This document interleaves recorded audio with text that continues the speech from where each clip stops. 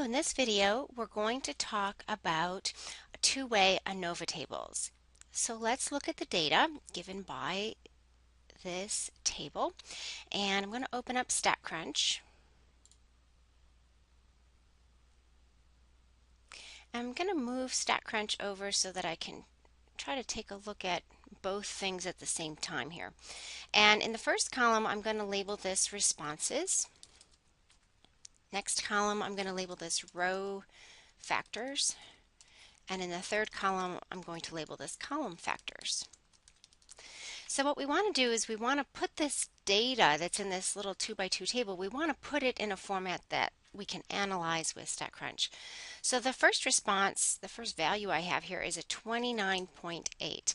And the row factors, this is factor A level 1. So I'm going to code that as A1.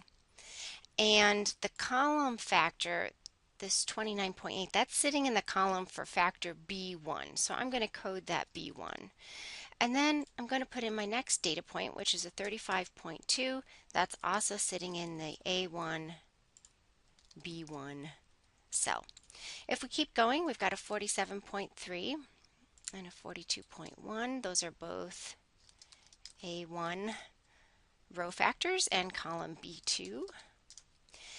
And for the second row, I've got a 12.9 and a 17.6. Those are in row factors A2 and column factors B1.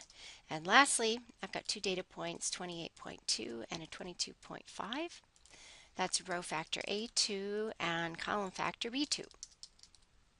Okay, now that the data's in, let's go to Stat, ANOVA, two-way. The responses are in the responses column, row factors in the row factors, and the column factors in the column factors column. There's a lot of options you could turn on, and I encourage you to play with these, but I'm certainly going to turn on the means table because I do want to take a look at that. And I'm going to click compute. So we get the following data as output.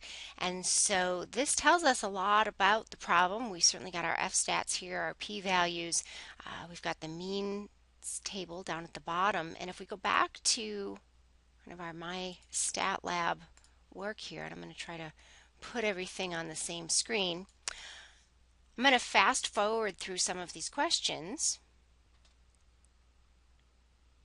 Okay, so now we're asked to do the means table, and you can see the mean for the entry that was in the 1-1 position for us, that was A1, B1.